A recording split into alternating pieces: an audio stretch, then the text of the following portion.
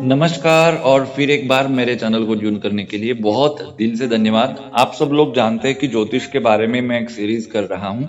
ज्योतिष को बेहतर तरीके से हम लोग जानें, उसके प्रति हमारी जो अज्ञानता है वो कम हो जाए और इसके प्रति फायदा जो होना चाहिए, उसके बगैर जो नुकसान हो रहा है ना, उसको हम किस तरह से प्रिवेंट कर सकते हैं, इस दिशा में मेरी सारी ये प्रयास, ये बातचीत चल रही है। तो आज बहुत ही स्पेशल गेस्ट मेरे साथ जुड़ रहे हैं, मेरा सौभाग्य मानता हूँ मैं। बहुत खुशी हो रही है इनको इंट्रोड्यूस करते हुए। आज मेरे साथ जुड़ चुके हैं देश के प्रख्यात एस्ट्रोलॉजर राजन खिल्लन जी। और ये एक एस्ट्रोलॉजर है, कंसल्टेशन तो ये करते ही है, साथ ही एस्ट्रोलॉजी सिखाते भी है। और इनको मतलब मैंने जो देखा है एस्ट्रोलॉजी को एक्सप्लेन करते हुए, डिकोड करते हुए, इनका तरीका बहुत ज्यादा अलग मेरे को लगता है। उनको मैं आज के पॉडकास्ट में वेलकम करना चाहता हूँ। उससे पहले आपको रिमाइंडर है, अभी तक अगर सब्सक्राइब नहीं किया है तो तुरंत सब्सक्राइब कर लीजिए, ठीक है। अब बिना किसी देरी के चलिए शुरुआत कर देते हैं।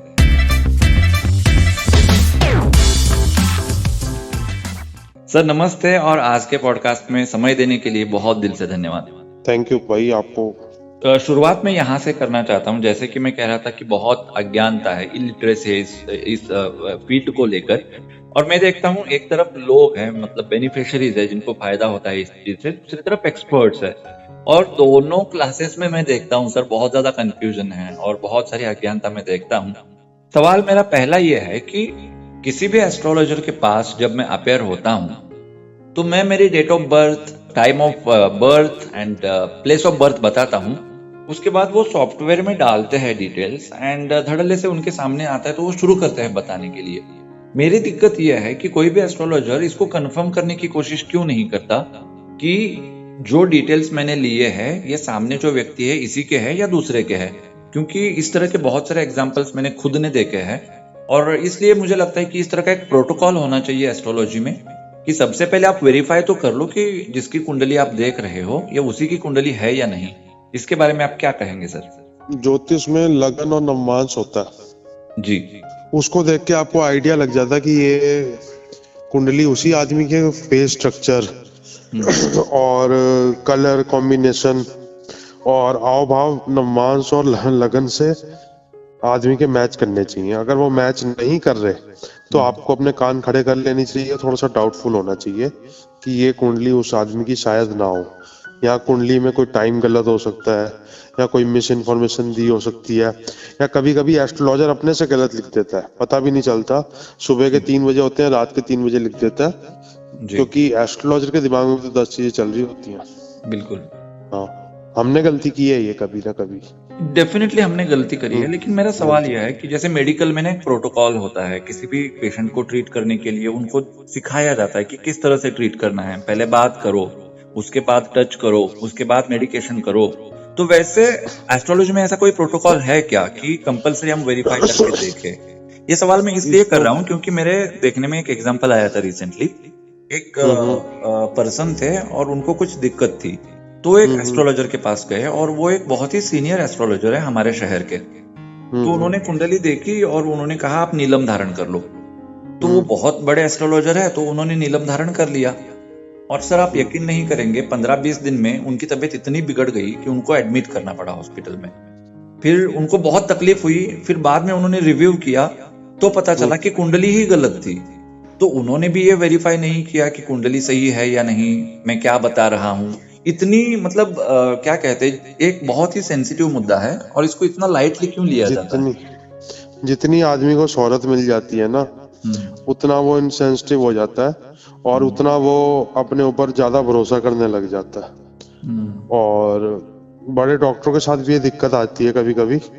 वो आदमी की बिना बुरी बात सुने कुछ भी लिखना शुरू कर देते हैं। उनको लगता है उनका एक्सपीरियंस ही बहुत है।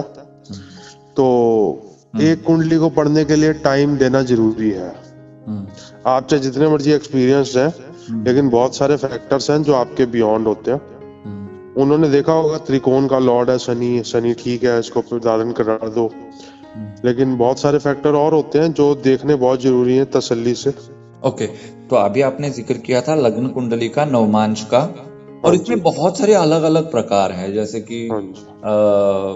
अलग अलग, मतलब लाल किताब के तरह से हम देखेंगे तो उसकी कुंडली अलग लाल बनेगी। किताब को मैं कोई प्रकार नहीं मानता, क्योंकि हमें ये नहीं पता कौन से ऋषि ने लिखी है लाल किताब, ओके। और उसके राइटर नहीं पता हमें हम्म। इन टर्म्स ऑफ वैदिक टेक्स्ट। हम्म। और लाल किताब में सिर्फ और सिर्फ उपाय दिए गए हैं, कोई लॉजिकल एक्सप्लेनेशन नहीं है। अच्छा, मतलब सिर्फ रेमेडीज वहां पर बताई गई है।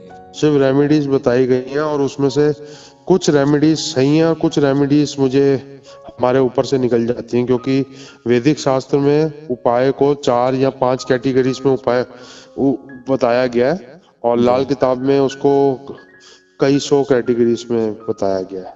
ओके, मैं रेमेडीज के हाँ ऊपर जी, अलग से आऊंगा। फिलहाल हम मान लेते हैं कि एक चंद्र कुंडली होती है, एक नवमांश कुंडली होती है, एक लग्न कुंडली होती है, तीन को तो हम मान सकते हैं। हाँ जी। तो इसमें अलग अलग ग्रह दशा कैसे बन जाती है और क्यों बन जाती है? ये मैथमेटिक का टॉपिक है, ओके। एस्ट्रोनॉमी का टॉपिक है। हम्म। नवमांश कुंडली क्या है? नवमांश कुंडली हमारा 30 डिग्री का लगन होता है। हाँ जी, उस बिल्कुल। 30 डिग्री को 9 से भाग कर दोगे तो 3 डिग्री 20 मिनट का एक नवमांश आएगा। बिल्कुल। 10 डिग्री में हो गए 3 नवमांश, 20 डिग्री में 6 नवमांश, 30 डिग्री में 9 नवमांश। हम्म। तो ये हमारी ही कुंडली का 9वां भाग होता है, नवमांश ओ, कुंडली। अच्छा। ऐसे ही दशमांश कुंडली होती है, जो हम्म। 10वां भाग होता है। हम्म। ऐसी ही द्वादशांशा कुंडली होती है, जो 12वां भाग होता है। राइट। ऐसी विषमांसा कुंडली होती है, जो 20वां भाग होता है। त्रिमसांसा होती है, जो 30वां भाग होता है। और षष्ठ्यांशा होती है, जो 60वां भाग होता है। अरे बाप रे। सर ऐसी इस बहुत सारे लगन होते हैं। ओके। हमारा जो लगन होता है उसके अलावा होरा लगन, घटी लगन, विघटी लगन, भाव लगन, ऐसे बहुत सारे लगन भी होते हैं। हम्म। तो हमें कुंडली एक बहुत बड़ा समुंदर है, और जो अपने आप को इसके व्याख्यात और बहुत प्रसिद्ध आदमी मानते हैं, उनको भी 5, 7, 10% से ऊपर नहीं आता। ये बहुत बढ़िया है। हाँ जी, ये एक नेवर एंडिंग प्रोसेस है। राइट। और मैं मैंने भी पढ़ाना सिर्फ इसलिए शुरू किया है क्योंकि मैं पुरानी चीजें भूल ना जाऊं, एक पकड़ बनी रहे। Wow, amazing. इसलिए पढ़ाना नहीं शुरू किया कि मेरे को पढ़ाने का शौक था, इसलिए पढ़ाना शुरू किया कि हमारी पकड़, तो कोई भी चीज आप पढ़ाते हो तो उसमें आपकी पकड़ और स्ट्रांग हो जाती है। बिल्कुल, रिपीट होने हाँ जी, लगता है वो बार रिपीट बार। होने में। हाँ हाँ जी, जी। तो हम एक्सपर्ट बन जाते हैं। खैर, तो अभी यहाँ पर लग्न कुंडली एंड चंद्र कुंडली, इन दोनों में एग्जैक्टली डिफरेंस क्या होता है? लग्न कुंडली क्यों कहलाती है, चंद्र कुंडली क्यों कहलाती है? एक दिन में 24 घंटे होते हैं। जिस समय सुबह सूर्य उदय होता है, उस समय लगन में होते होता है। सुबह की सनराइज टाइम में लगन की डिग्री और सन की डिग्री हमेशा सेम मिलेगी आपको उसी राशि में। किसी भी लोकेलिटी का सनराइज टाइम देख लेना। Sunrise time is equal to degree of लगना and sun is equal to each other. Okay. उसके 2 घंटे बीतने पे उसी दिन लगन बदल जाता है, और जी। फिर तीसरी में लगन बदल जाता है। तो जब सूर्य अपने चरम पे होता है, जब 12 बजे होते हैं, तो आपको ऐसा नजर आएगा कि सूर्य 10वें घर में आ गया। तो सुबह अगर मान लेते हैं 6 बजे से 12 बजे के बीच में सूर्य 4 हाउसेस को ट्रेवल कर रहा है, ठीक है, तो 2 घंटे के अप्रोक्सीमेशन में एक लगन बैठता है हमारा। ये मैं दिल्ली की बात कर रहा हूँ। ओके। हाँ जी। तो दिन में कितने घंटे होते हैं? 24। कितने लगन होते हैं? 12। 12। तो एक लगन कितने घंटे का हुआ? 2 घंटे, सॉरी, हाँ जी, 2 घंटे का। हाँ, 2 घंटे का। तो ये तो हो गया लगन। और चंद्रमा एक राशि में करीबन 2.5 दिन तक रहता है। एक राशि में 2.5 दिन तक। 2.5 दिन तक रहता है। ओके। हाँ जी। तो चंद्र कुंडली तो उस दिन की बराबर ही रहेगी ज्यादातर केसेस में, लेकिन लगन कुंडली हर 2 घंटे में बदल जाती है। और लगन कुंडली में भी जो नवमांश कुंडली होती है, वो 2 घंटे में 9 नवमांश कुंडलियां बनती है, क्योंकि 9वां भाग है ना, एक लगन का 9वां भाग है। तो 2 घंटे में 9 बारी नवमांश कुंडली भी बदलेगी, और उसी 2 घंटे में 60 बारी षष्ठ्यांशा कुंडली बदलेगी। और ये षष्ठ्यांशा कुंडली ही होती है जो हमें बताती है कि जुड़वा बच्चे जो पैदा हुए हैं उनमें क्या फर्क आएगा। ओके। हाँ, हम कहते हैं ना बार बार कि एक ही मतलब जुड़वा बच्चे हैं तो उनका भाग्य अलग क्यों है। हाँ जी। तो इसको देखने का वन ऑफ दी, एक विघटी लगन से देखा जाता है और एक षष्ठी कुंडली से देखा जाता है, जुड़वा बच्चों की अगर कुंडली आती है तो।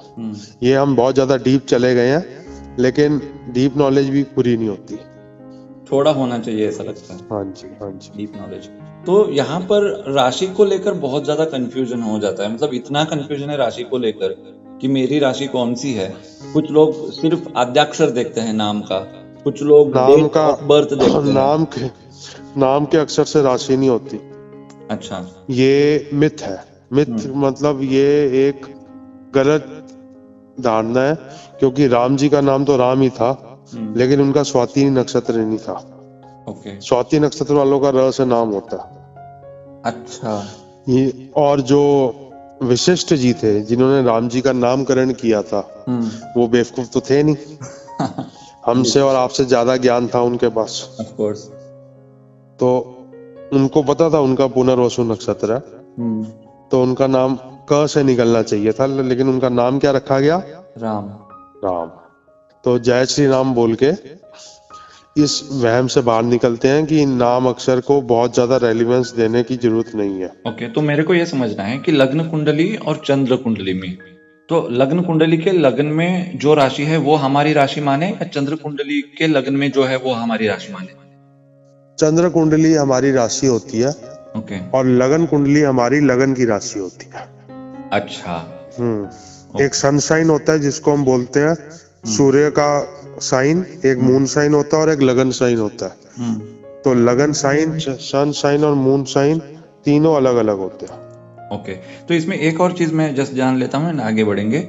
एक केपी पद्धति भी बहुत फेमस है। हाँ जी। तो उसके बारे में थोड़ा बताएंगे?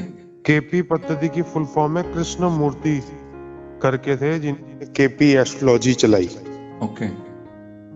ये भी एक नक्षत्र बेस्ड एस्ट्रोलॉजी है, और जिन्होंने कुछ टेक्निक्स को इन्वेंट किया या शास्त्र में ढूंढा ये टेक्निक भी काम करेंगी, तो उन्होंने अपना नाम लगा दिया। ओके, किस जमाने के थे ये वैसे? ये शायद 1950s के थे, मुझे 100% नहीं पता। मतलब कल को हम बड़े एस्ट्रोलॉजर बन जाएं तो हम राजन पद्धति नाम तो नहीं रख सकते ना, इसका पेटेंट तो हमारे ऋषि पराशर ऋषि और व्यास ऋषि के पास ही है, और उन्हीं के पास रहना चाहिए। इन्होंने केपी रखा तो हम आर के रखेंगे, राजन किलन। ऐसा तो नहीं? वो सही नहीं है ना जी, बिल्कुल सही नहीं है, बिल्कुल बिल्कुल। ओके, तो अभी एक बहुत बेसिक सवाल, प्राइमरी सवाल, एजुकेशनल सवाल करना चाहूंगा। अगर कोई एस्ट्रोलॉजी को स्टडी करना चाहता है, R&D करना चाहता है खुद से, तो सबसे बेसिक सवाल आता है। पहले तो कैसा था कि पंचांग लेना है और उस स्थल का पंचांग होना चाहिए, तभी हम कुंडली बना सकते हैं। लेकिन अभी बहुत सारे सॉफ्टवेयर। पंचांग को स्टडी करना बहुत जरूरी है। तिथि वार नक्षत्र योग करण अपने आप में कुंडली की जान, कितनी ताकत है कुंडली में, कितनी इम्यूनिटी है, वो बता देते हैं। ओके जी।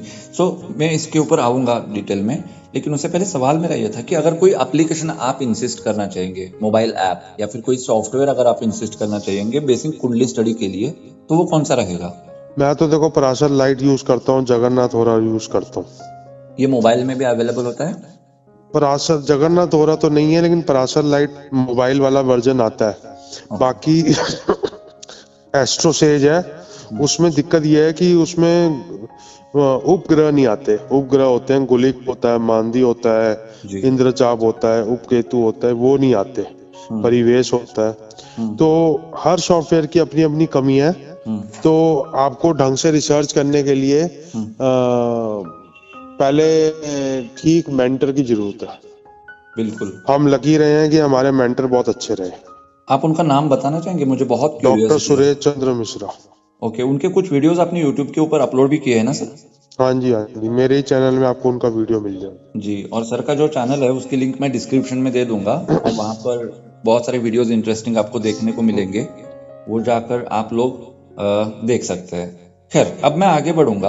अब मेरे को थोड़ा सा काल गणना के बारे में जानना है सर, क्योंकि अगर मेरे को एस्ट्रोलॉजी में इंटरेस्ट लेना है तो सबसे बेसिक मेरे को काल गणना पता होनी चाहिए। क्योंकि अगर काल गणना पता नहीं है तो मैं पंचांग के जो 5 अंग है वो बेहतर तरीके से जान नहीं पाऊंगा।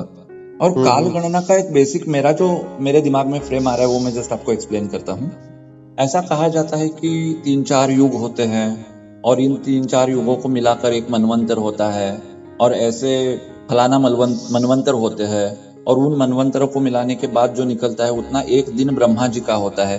तो ये मेरे को लॉजिक कुछ समझ में नहीं आ रहा है, थोड़ा अगर आप एक्सप्लेन कर पाएंगे तो बहुत बेहतर रहेगा सर हमारे लिए। इस लॉजिक को समझने के लिए सूर्य सिद्धांत को पकड़ना बहुत जरूरी होता है। ओके। काल को महादेव का रूप माना गया है, बिल्कुल और ब्रह्मांड को विष्णु का रूप माना गया है। जी। तो काल का कोई अंत और कोई शुरुआत तो नहीं है, ये मानने की सबसे ज्यादा जरूरत है। और जब हम पंचांग करते हैं तो सूक्ष्म से सूक्ष्म जो होता है जी, जो एस्ट्रोलॉजिकली हम देखते हैं वो होता है विघटी। हाँ जी। और जो सबसे बड़ी चीज होती है वो होती है ऋतु। ओके, मुझे लगा था घटी का। वो ऋतु होती है। ओके। हर ऋतु के पैदा हुए जातक में भी कुछ उस ऋतु का अर्थ बताया गया है। लेकिन ऐसे ही वर्ष होता है, ऐसे ही पूरा ऐसे करके हम युग तक पहुंच जाते हैं। तो बड़ी सिंपल सी चीज है, काल गणना को समझने के लिए हम ये पॉडकास्ट में डिस्कस करने वाली चैप्टर नहीं है, क्योंकि बहुत सारे ऐसे वर्ड्स आएंगे जो जनरल पब्लिक के लिए समझना बहुत मुश्किल है। जी ठीक है, तो इसको थोड़ा सा हम स्किप कर लेते हैं। लेकिन मैं पूछना चाहूंगा, अगर कोई किताब आप रेकमेंड करना चाहते हैं सूर्य सिद्धांत को जानने के लिए, तो क्या ऐसी कोई किताब है आपके नॉलेज में, अगर आप इंसिस्ट कर? सूर्य सिद्धांत का हिंदी वर्जन ले लो किसी का। अच्छा, और उसको आप स्टडी कर लो। मैं तो रेकमेंड करूंगा, अगर आपको ज्योतिष में थोड़ा भी इंटरेस्ट है तो आप सूर्य सिद्धांत को समझ लीजिए, और अगर नहीं भी है तो भी आप इस चीज को तैत्तिरीय ब्राह्मण। जी, तैत्तिरीय ब्राह्मण। तैत्तिरीय ब्राह्मण, हाँ जी। जी हाँ। पराशर और शास्त्र कर ले लो, ये भी अच्छी बुक है। ओके। लेकिन इसमें नरेशन हिंदी में मिलेगा ना? हाँ जी, हाँ जी। ठीक है, तो इन चीजों को समझे बगैर आप एस्ट्रोलॉजी में जंप इन नहीं कर सकते, तो यहाँ पर आपका ध्यान देना ये बहुत जरूरी है, और इसलिए मैं थोड़े टेक्निकल सवाल कर रहा हूँ। वेल सर, जब मैं आपसे डिस्कस कर रहा हूँ और थोड़ी टेक्निकलिटी जानने की कोशिश कर रहा हूँ, तो लोग ये समझ सकते हैं कि यार हमको क्या इसका इस्तेमाल होने वाला है, हमको तो ज्योतिष सीखना नहीं है, तो हम इस पॉडकास्ट को क्यों सुने? इनको क्या मैसेज आप देना चाहेंगे? देखो, ज्योतिष सबसे ज्यादा उसी को अच्छी आती है जिसको जिज्ञासा होती है। जिज्ञासा से ही उस चीज का निवारण होता है जी। ठीक है। और ज्योतिष को साइंस मानते हुए अगर सीखोगे, प्रिडिक्टिव ना मानते हुए गाइडेंस मानते हुए अगर सीखोगे, लॉजिक के हिसाब से सीखने की कोशिश करोगे, तो कोई भी चीज नुकसान तो देती नहीं। वेल, एक थोड़ा आउट ऑफ सिलेबस सवाल मेरे को करना है। आउट ऑफ सिलेबस वैसे है नहीं, लेकिन आउट ऑफ फोकस मैं कह सकता हूँ, क्योंकि मेरा चैनल जो है वो ज्यादातर सनातन को मैं डेडिकेट करता हूँ, सनातन से रिलेटेड जो चीजें होती है। और मैं हमेशा ये कहता हूँ कि अभी मेरे नॉलेज में ये बेस्ट लग रहा है, इसलिए मैं ऐसे बात कर रहा हूँ। कल को अगर मेरा नॉलेज थोड़ा बदल जाता है, मैं कन्विंस हो जाता हूँ किसी और चीज के लिए, तो I am open for that. मेरा बेसिक सवाल यह है, जब एस्ट्रोनॉमी हम कहते हैं तो हमारे मन में एक अलग ही रिस्पेक्ट आ जाती है, एस्ट्रोनॉमी। लेकिन एस्ट्रोलॉजी कहते ही थोड़ा डाउन मार्केट शब्द लगता है, इसके बारे में पॉल्यूशन बहुत है ना एस्ट्रोलॉजी। क्या रीजन हो सकता है इस पॉल्यूशन का? आजकल ज्योतिष शास्त्र से ज्यादा उपाय के शास्त्री हैं। आजकल लोग उपाय पे फोकस करते हैं, जो महंगे महंगे उपाय होते हैं ना, उन पे फोकस करते हैं। इस वजह से बदनाम हो गई है विद्या।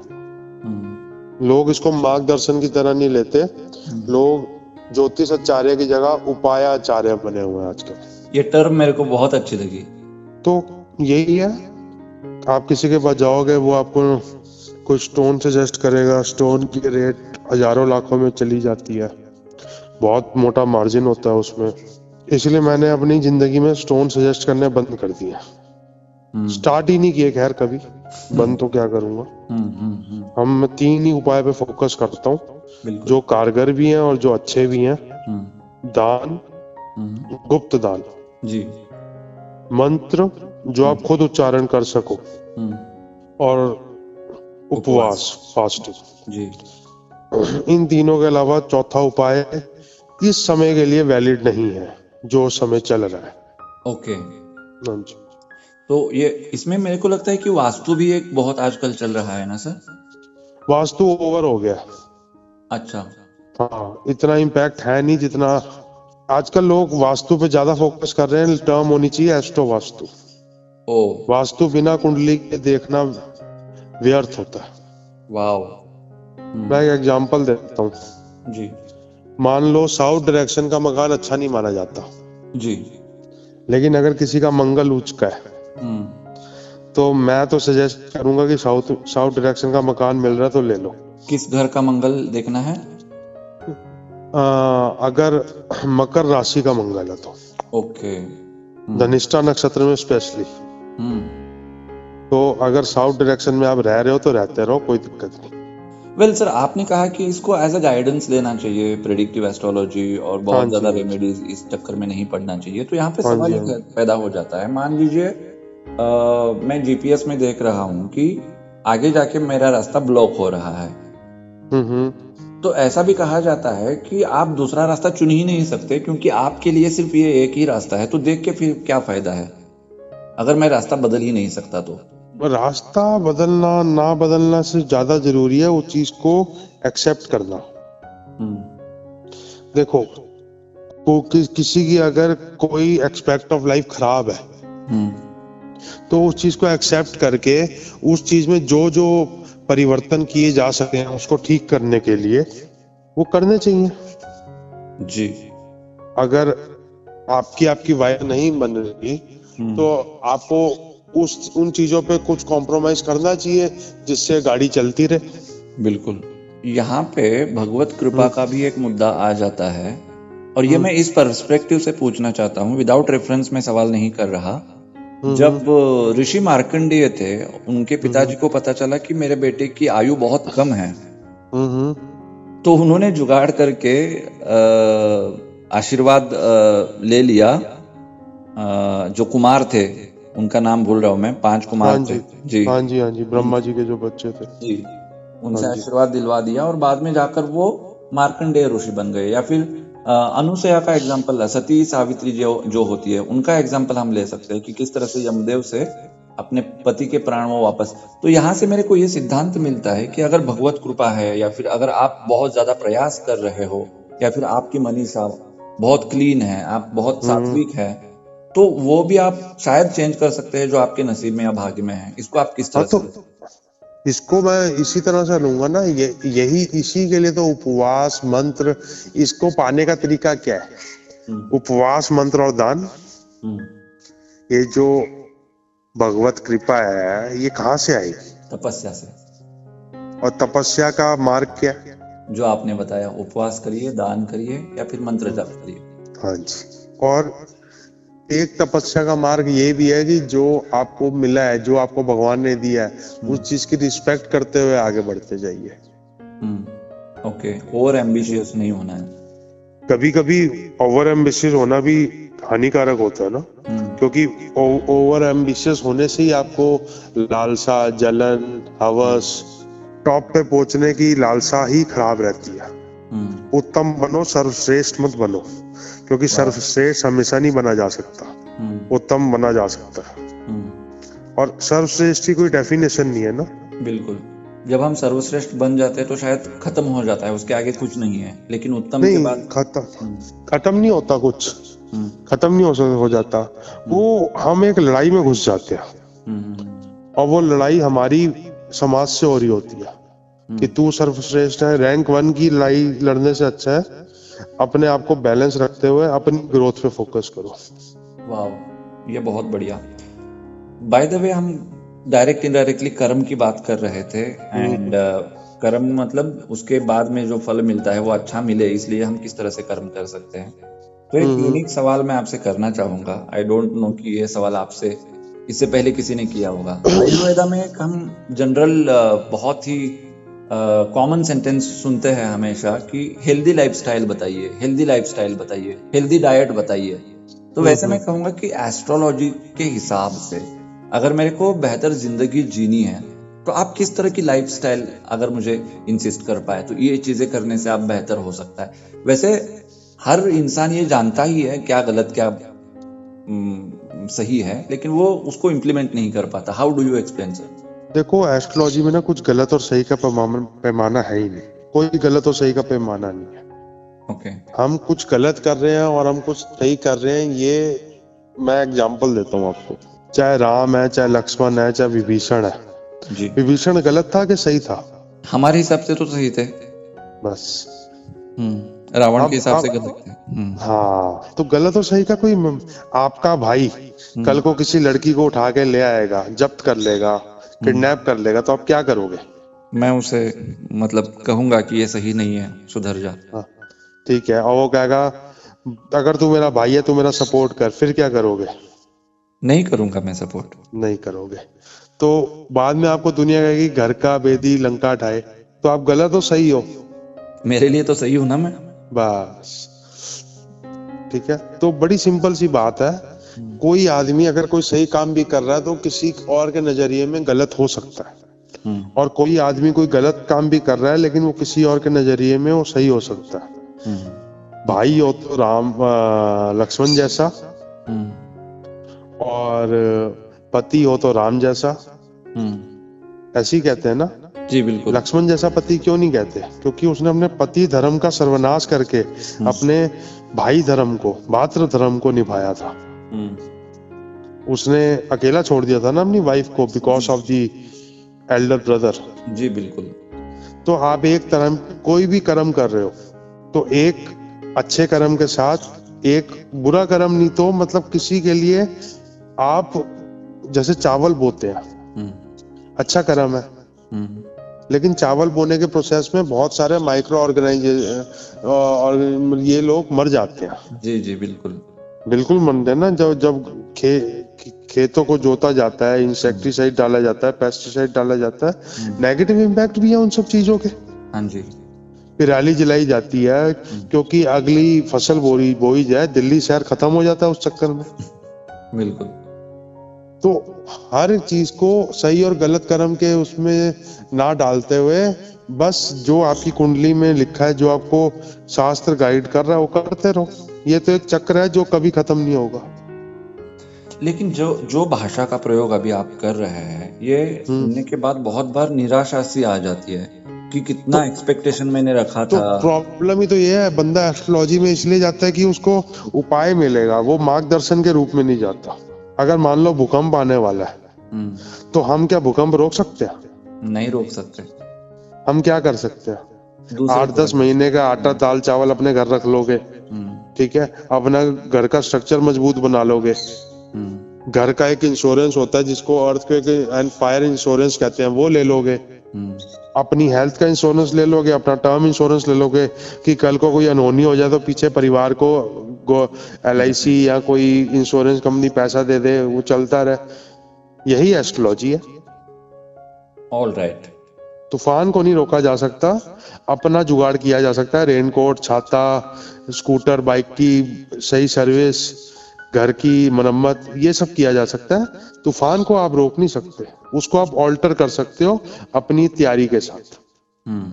अभी मेरे को जो मेन ज्योतिष है उसमें डाइव इन करना है, लेकिन उससे पहले अभी थोड़ा हम आउट ऑफ द बॉक्स बात कर ही रहे हैं, तो एक बहुत कॉमन सवाल आता है कि मैं बहुत अच्छा कर रहा हूँ, आज तक मैंने किसी का नुकसान नहीं किया, फिर मुझे इतनी तकलीफ क्यों हो रही है? तकलीफ का पैमाना क्या है? खाना नहीं मिल रहा, पैसे नहीं मिल रहे जिंदा रहने के लिए, शादी नहीं हो रही है, अच्छा घर नहीं है रहने के लिए, जो बेसिक नीड्स है वो फुलफिल नहीं हो रही है। जिसको खाना मिल रहा है उसको भी तकलीफ है, डायबिटीज हो जाती है जिसको ज्यादा खाना मिलता है। वो तो अलग बात हो गई। हाँ, तो वही है ना, तकलीफ में सारे ही है। ऋतिक रोशन भी तकलीफ में है और हमारी गली का जमादार भी तकलीफ में। जी। आज सुबह मुझे किसी का फोन आया, वो कहता यार जमादार की, हमारे गली के जमादार की शादी होगी, मेरे बेटे की शादी नहीं हुई। ओके। तो उस आदमी की फ्रस्ट्रेशन देखो आप। तो तकलीफ में तो सारे ही हैं, जिसकी शादी हुई है वो भी तकलीफ में। तो बड़ी सिंपल सी बात है, तकलीफ मन की बनाई हुई एक भावना है। ऐसे कैसे कह सकते हैं सर? अगर मान लीजिए बारिश में छत टपक रहा है, घर में बेबी बच्चे हैं, उनको खाना नहीं मिल रहा, तो उस पुरुष को ऐसा नहीं लगेगा कि क्या जिंदगी जी रहा हूं मैं? सब होते हुए भी अगर लग रहा है तो वो अलग बात है। I can call it state of mind. तो अपनी मेहनत करे ना। कर रहे हैं ना, मेहनत बहुत कर रहे हैं। हाँ तो करता रहे मेहनत, मेहनत करता रहे, मार्गदर्शन लेके मेहनत करता रहे। ओके।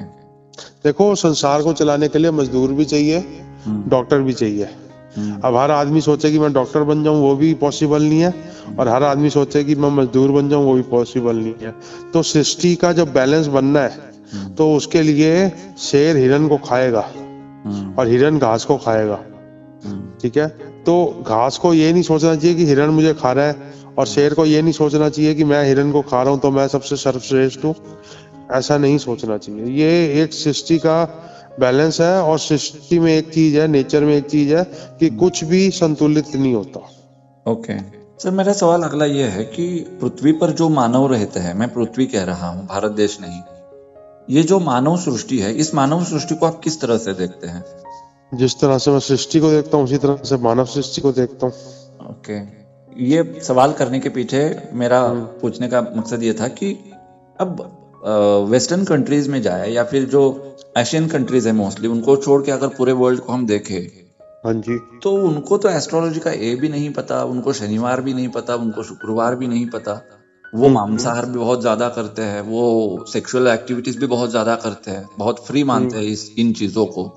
हाँ तो जी। वहां पे मतलब कैरेक्टर जो हम कहते हैं हमारे मैं आपको एक बात बताऊं, एक कॉलोनी बनाओ जिसमें सारे ब्राह्मण रहते हैं और उसके साथ एक वैश्या घर बनाओ, वो भी चलेगा। मैं समझा नहीं सर।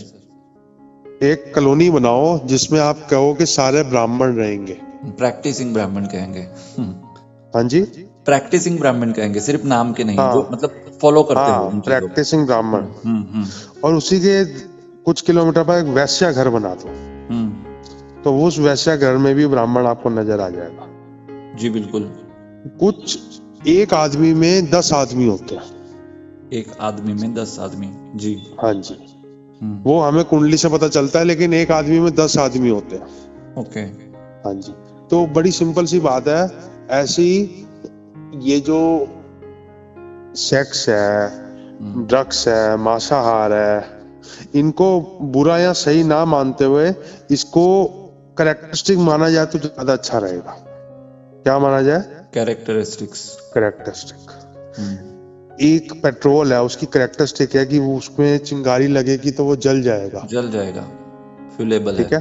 हाँ, अब इसमें पेट्रोल की गलती है कि उसकी कैरेक्टरिस्टिक है। लेकिन मेरा सवाल ये है यहाँ पर कि पेट्रोल की पेट्रोल का नेचर ये है कि जलना या फिर जलाना, उसमें पेट्रोल की गलती नहीं है। नहीं है। दूसरी जगह तो जो आदमी जैसे माहौल में पैदा होगा वो वैसी माहौल में पले बढ़ेगा और वैसी कोई दिक्कत नहीं। मेरा सवाल यह है कि पेट्रोल को और दूध को एक लाइन में हम नहीं ला सकते। मैं ये देख रहा हूँ कि दूध स्ट्रगल कर रहा है एग्जिस्टेंस के लिए, और पेट्रोल जो है वो ऐश में है। उनको विद्या भी बहुत अच्छी मिलती है, उनके पास मसल पावर भी बहुत ज्यादा है, उनके पास पैसे भी बहुत ज्यादा है। 2-4 साल में दूध की वैल्यू बढ़ जाएगी। भविष्यवाणी कर रहे हैं आप? हाँ जी। Wow, okay, wow, this is amazing.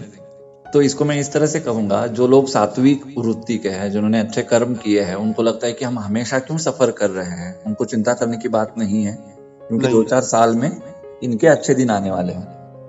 अच्छे दिन ज्ञान के आने वाले हैं, ज्ञान के आने वाले हैं। वाव, फैंटास्टिक। सर, कुछ दिन पहले मैंने एक पॉडकास्ट किया था कि भारत में मुगलों ने आक्रमण किया, ब्रिटिश थे, उन्होंने आक्रमण किया। भारत तो हम कहते हैं कि देवताओं की भूमि है, फिर भारत को बचाया क्यों नहीं गया? अगर भारत सोने की चिड़िया थी तो देवताओं ने भारत का रक्षण क्यों नहीं किया? और इसका जवाब मैंने ऐसे दिया था कि हर चीज का, जैसे अभी आपने कहा, नेचर होता है और नेचर के अगेंस्ट हम नहीं जा सकते।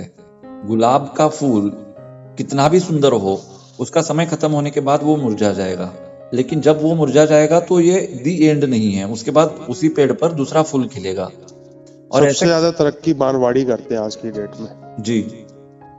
और मारवाड़ एक ऐसा इलाका है जहाँ बारिश नहीं होती थी।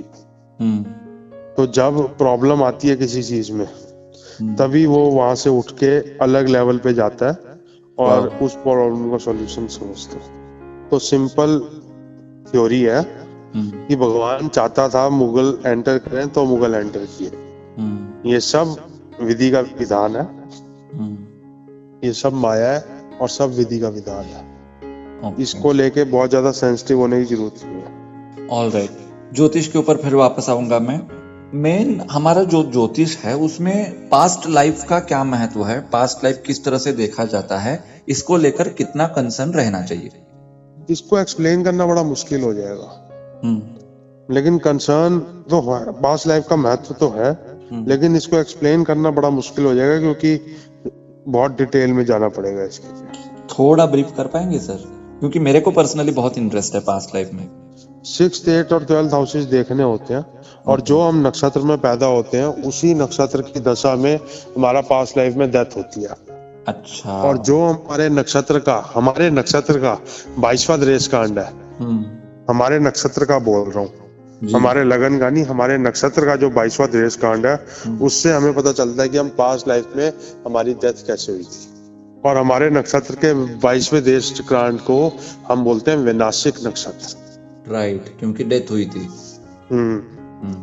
तो वैनाशिक नक्षत्र के बारे में एक बार रिसर्च जरूर करना जी, वो आपको एक हिंट देता है कि पास्ट लाइफ में आपकी डेथ कैसे हुई। और वो वैनाशिक नक्षत्र आज भी जिस हाउस में होता है उस हाउस से रिलेटेड बुरे फल ही आते हैं। हाँ, नाम ही विनाशी है। हाँ जी। तो विनाशी दिखाएगा वो। हाँ जी। अभी जब मैं पास्ट लाइफ की बात कर रहा था तो मेरा पूछने का फिर एक बार मकसद ये था कि अगर मेरे पास पास्ट की मेमोरी होती तो शायद मैं वो गलतियों को रिपीट नहीं करता जिनको मैंने पास्ट में किया है। तो वो मेमोरी हमारे पास नहीं होती, क्या करे? कुछ के पास स्पेशल पावर होती है, जो राहु और केतु के नक्षत्रों में पैदा होते हैं उनके पास ये स्पेशल पावर भी होती है। ओके, तो उनको वो सेंस आता है। हाँ जी। हमारे शरीर में बहुत सारे बर्थ मार्क्स होते हैं। अच्छा। वो सब पास्ट लाइफ के ही होते हैं रिएक्शंस। या ये तो मैं किसी का जी। मेरे पेट में एक निशान है जिसको हम बर्थ मार्क कहते हैं, और ऐसा लगता है छुरी चली होगी कभी यहाँ पे, लेकिन मेरे को तो आज तक किसी ने टच भी नहीं किया। तो ये घूम फिर कर वही आता है कि आजकल एस्ट्रोलॉजर्स में देखता हूँ नाम के लिए कुंडली देखते हैं सर, सिर्फ नाम के लिए, और उपाय कुछ भी बता देते हैं। और लोगों की मानसिकता ये हुई है कि बड़े हॉस्पिटल में जाता हूँ, बहुत बड़ी बड़ी मशीनरीज है, बहुत बड़ा ब्यूटीफुल स्टाफ है, तभी ट्रीटमेंट अच्छी है, ऐसे वो भी समझते हैं। तो उनको भी जब तक आप भारी भरकम उपाय नहीं बताते तो उनको भी सेटिस्फेक्शन नहीं मिलता। इन सारी चीजों ने मेरे को प्रेरित किया कि I must take interest in astrology. I am really very sorry, बहुत लंबा लेक्चर दे दिया सर मैंने। कोई बात नहीं सर, ये topic he never ending topic है, नेवर एंडिंग पढ़ाई है। एस्ट्रोलॉजी का अच्छा स्टूडेंट होने का मतलब ही यही है कि हर चीज को इमोशनली, इंटेलेक्चुअली, लॉजिकली समझने की कोशिश करो। जब ये एक ऐसी विद्या है जिसका कोई अंत नहीं है। जी बिल्कुल बिल्कुल। जब आप बहुत दिन से भूखे होते हो और आपके सामने 100 रेसिपीज का अगर बुफे लगा है तो क्या हालत हो जाती है आपकी, कौन सा खाऊं कौन सा छोड़ूं? वैसी हालत मेरी है कि आप जैसे बहुत अच्छे एक्सपर्ट मुझे आज मिल चुके हैं, पता नहीं चल रहा कौन सा सवाल करना है कौन सा छोड़ना है। कोई नहीं, एक्सपर्ट अभी पूरी जिंदगी है आपके साथ। एक टॉपिक के बारे में मुझे जानना था, इफ यू डोंट माइंड। हाँ जी हाँ जी। जो कि मेरे को बहुत इंटरेस्टिंग लगा था, and that is about Abhijit नक्षत्र।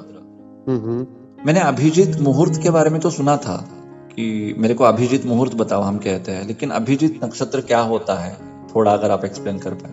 अभिजीत नक्षत्र क्या होता है? जी, वेदों में हमें 28 नक्षत्र बताए हैं। हाँ जी। लेकिन शास्त्रों में हमें 27 नक्षत्र बताए हैं। ओके। तो एक नक्षत्र कहाँ गायब हो गया? जब वेद लिखे गए थे तब अभिजीत नक्षत्र कभी नक्षत्र हुआ करता था, लेकिन अब वो इतनी दूर जा चुका है अप्रोक्सीमेटली 62 डिग्री में कि वो नक्षत्र की श्रेणी से बाहर है। लेकिन फिर भी उसकी ताकत या उसका मैग्नीट्यूड या उसकी चमक इतनी है कि उसे आज भी नक्षत्र मानने में कोई परहेज नहीं करता। और अभिजीत नक्षत्र का जब वक्त आता है तो उसको बहुत ही ऑस्पिशियस टाइम माना जाता है। ये आज के नक्षत्रों के काउंटिंग के हिसाब से उत्तरा आषाढ़ा नक्षत्र की चौथी पदा में और श्रवण नक्षत्र की पहली पदा में फॉल करता है। हाँ जी। और इसी नक्षत्र से अभिजीत मुहूर्त का भी गठन हुआ है, जो वेडनेसडे को नहीं आता, बुधवार को, क्योंकि बुधवार को उस टाइम गुलिक काल और ये सब उसी टाइम कोइंसाइड करते हैं। बाकी दिन ये मिड दोपहर में लोकेलिटी के हिसाब से आता है। इस टाइम को अच्छा माना जाता है, ऑस्पिशियस टाइम माना जाता है। महीने में एक बार तो आता ही है ये रोज, और अभिजीत मुहूर्त तो रोज ही आता है, और अभिजीत नक्षत्र महीने में एक बार आता है, हर 27वें दिन आता है। हर 27वें दिन। और अभिजीत नक्षत्र ज्यादा ऑस्पिशियस हो जाता है जब चंद्र का पक्ष बल ज्यादा हो, मतलब चंद्रमा पूर्णिमा के आसपास हो। राइट। और जिनका जन्म अगर उत्तर आषाढ़ा के चौथे पाद में या श्रवण के फर्स्ट पाद में हुआ है तो इनका अभिजीत नक्षत्र माना जा सकता है ना? बिल्कुल। तो इनके लिए ये बहुत लकी हो जाएगा फिर। बिल्कुल बिल्कुल। नक्षत्रों के बारे में आप बहुत अच्छा बोलते हैं, तो इसलिए आज का टॉपिक मैं वाइंड अप करने से पहले थोड़ा सेल्फिश बनना चाहता हूँ। मेरा नक्षत्र है धनिष्ठा, तो धनिष्ठा के बारे में थोड़ा आप बताइए, फिर हम वाइंड अप कर लेंगे आज। धनिष्ठा का मतलब होता है धन के ईष्ट। इसके जो देवता हैं वो हैं वसु। बिल्कुल। हमारे कथाओं में 8 वसु बताए गए हैं, 8 के 8 वसु इसके देवता है। ऐसे लोग कंजूस होते हैं, धन और लक्ष्मी की बहुत रिस्पेक्ट करते हैं, अपने घर की लक्ष्मी की बहुत रिस्पेक्ट करते हैं। इनको कोई ना कोई सरकारी सम्मान मिलने के चांसेस होते हैं। ओके। और इनको पॉल्यूशन बहुत बुरा लगता है और इनको ग्रीनरी वाले इलाके में रहना बहुत पसंद है। और अगर ये पूर्णिमा के चंद्रमा के पास पैदा होते हैं तो ये फैक्टर्स बहुत हाई होके हायर अथॉरिटी, हायर धन, हायर लैंड, हायर ट्रीज, इस तरह की योग देते हैं। और अगर अमावस के पास हो तो ये कैटेगरी लो हो जाती है। Very interesting. चलो, यहाँ पर मैं आज रुकना चाहूंगा। बहुत समय मैंने आपसे ले लिया है, लेकिन मेरे पॉडकास्ट की एक बहुत बड़ी खासियत भी है जो अब तक मैंने रिवील नहीं करी थी, कि इतने सारे मैंने सवाल करे। बहुत सारे सवाल तो ऐसे हो सकते हैं आपके लिए कि मैंने विदाउट सर पैर पूछा है, विदाउट लॉजिक पूछा है, तो बहुत दिमाग मैंने आपका खा लिया है सर। तो इसलिए मैं अभी आपके हाथ में गन देना चाहता हूँ। अगर आप कोई सवाल मेरे से करना चाहते हो, कोई भी हो सकता है, मैं उसका जवाब देने की कोशिश करूंगा। सवाल नहीं है, सलाह है।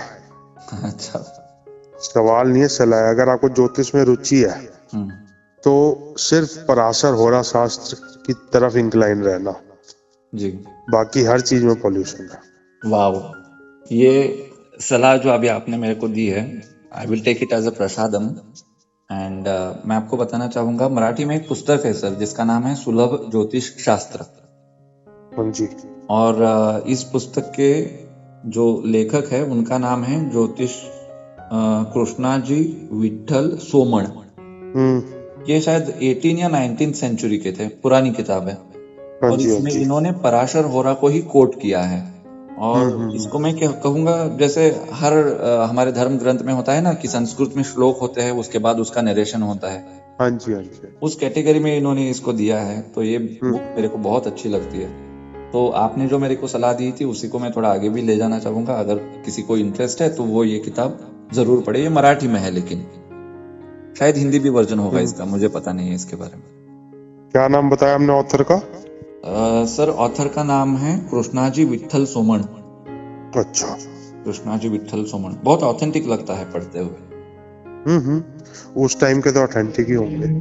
छोटी सी किताब है, लेकिन उन्होंने बिल्कुल समराइज कर दिया है पूरी एस्ट्रोलॉजी को। उसमें काल गणना से लेकर वास्तु से लेकर मुहूर्त और बहुत सारी चीजों को उन्होंने इसमें ऐड किया है। खैर, मैं उम्मीद करता हूं कि भविष्य में भी आपका मार्गदर्शन हमको इसी तरह से मिलता रहे। एंड और एक कपिल शर्मा वाला सवाल लास्ट में पूछ ही लेता हूं सर, रहा नहीं जा रहा। आज आपने मेरे से बात करी सर, आपको कैसे लग रहा है? बहुत बढ़िया लग रहा है सर। ऑल राइट, तो यहाँ पर मैं रुक जाऊंगा, लेकिन मैं सभी मेरे श्रोताओं को कहना चाहता हूँ, ऑडियंस को कहना चाहता हूँ कि अभी जो मैंने बातचीत करी है राजन सर से, इसके रिगार्डिंग आपके मन में कोई डाउट्स है तो कमेंट बॉक्स में उन डाउट्स को जरूर लिखिए। हेजिटेट मत करिए, जो भी डाउट हो उन डाउट्स को क्लियर करने की कोशिश हम फ्यूचर में बिल्कुल करेंगे। फिलहाल यहाँ पे रुकता हूँ, फिर आऊंगा आपसे मुलाकात करने के लिए। तब तक ख्याल रखिए खुद का। उनका भी ख्याल रखिए जिनसे आप मोहब्बत करते हैं। Love you all. Vande Mataram, जय हिंद एंड नमस्कार।